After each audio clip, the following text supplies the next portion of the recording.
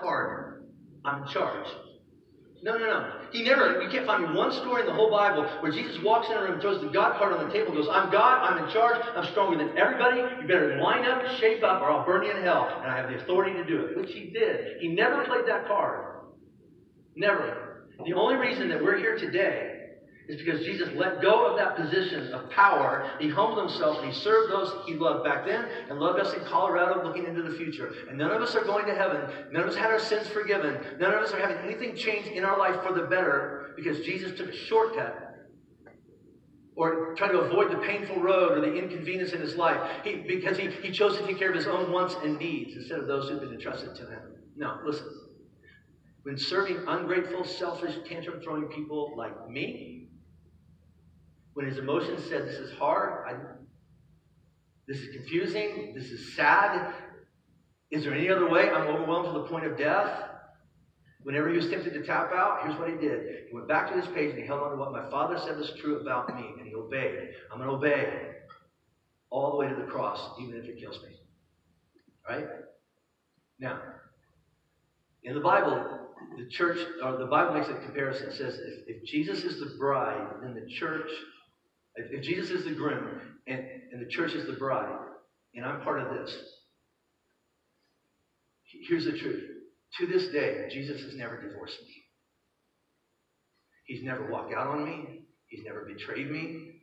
He's never said he's done with me. He's never turned his back on me. Not once. Even though constantly, speaking for a member of the church, all right, every day, constantly, I take him for granted. I rarely say thank you. And most days, if you follow me around, it looks like I cheat on him and worship everyone and everything except him. Hey, husbands, would you stay with a woman that treats you like the church treats Jesus every day? But he doesn't leave her. He lays down his life over and over and over. So what's that have to do with us? Men, listen to this. Jesus is our example. He went first. Men go first. Husbands go first. Dad goes first. This is what we do. I didn't know that's what I was getting into. I know.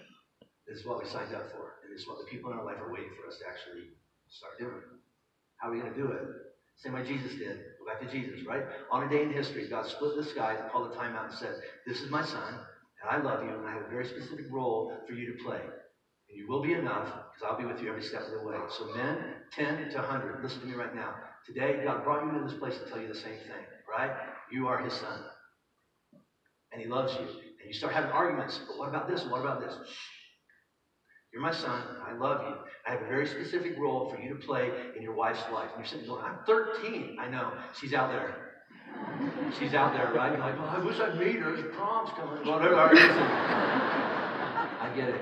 Whatever middle school is for you right now, whatever high school is for you right now, whatever college is for you, it is the training ground to be that man that she's been waiting on. She doesn't even know that's even possible. That's because she hasn't met you. Right? And eventually, he's going to say, listen, I have a role for you to play in your children's life. They haven't been born yet. You haven't adopted them yet. They haven't ended up under your table yet. But listen, you're going to be great because I will be with you every step of the way. That is our mission, man. And anytime it gets tough or dark or scary or unfixable, our options will always be like this. Trust God, obey what he's telling you to do, or don't. Don't trust him. Roll the dice and try to do it without him. Good luck. But God is clear. Men, husbands, fathers, boyfriends, all right? There's only one road. There's only one path. There's only one deal. Only one way to be the same kind of man that you've always wanted to be, like Jesus. Let's do what he did for you. What do you mean?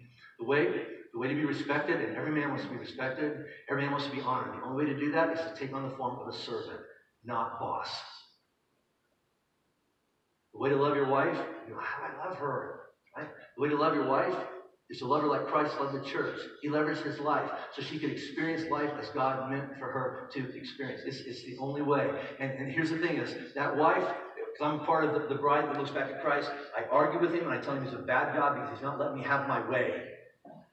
He says, I'm going to make the hard call. I'm going to lead our family through this. I'm the most unpopular person in the house. Don't confuse good leadership with everybody liking your decisions. Right? You got to make the hard call because you know that's where God's leading you.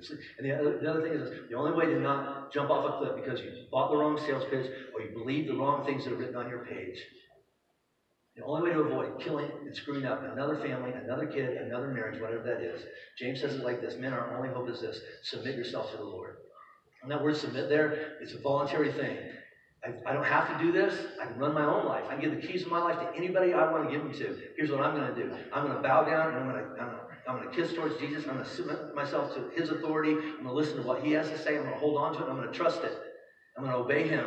I'm going to agree with what he says is true about me in his word. I'm going to go back to his word over and over and over. I'm going to come to church so I can be reminded over and over and over that I can still be that man every day. And he has a plan for my life. And here's the rest of it. Submit yourself to the Lord, and then resist the devil, and he will flee from you. That's it. Resist. It's an intentional strategy. Meaning this: I got to have a plan. All right. I've got to agree with what God says is true, and then I got to put myself in. Look at it this way: in a fortress, in a refuge. I have to surround myself with reinforcements, people who stand with me to protect me. Here's the part that's going to give me some emails. Okay, from women. It's going to make me mad. Email Scott. He lives in Lexington. But really, I saw on Facebook that his son had a Raider shirt on. I'm not even sure he's a Christian anymore. Anyway.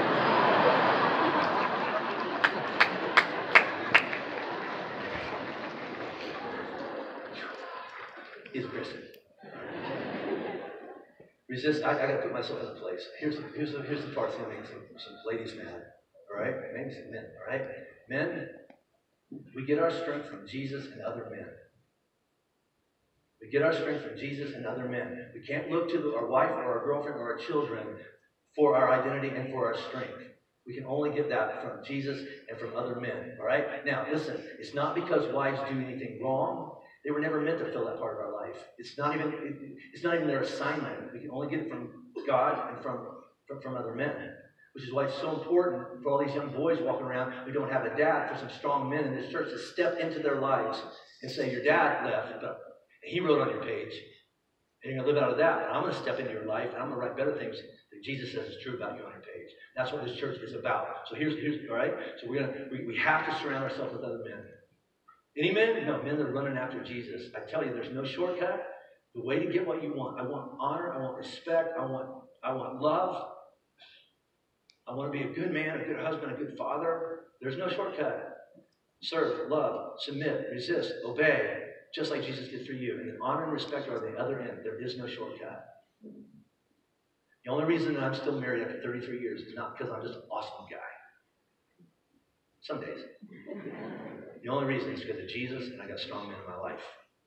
Speaking hard truth to me. The only reason I'm standing up here today, because there have been moments where I didn't know if it was possible. It's not because I'm a great Christian. It's because I have Jesus in my life, and I have some strong men who protect me from myself. All right? What's your strategy?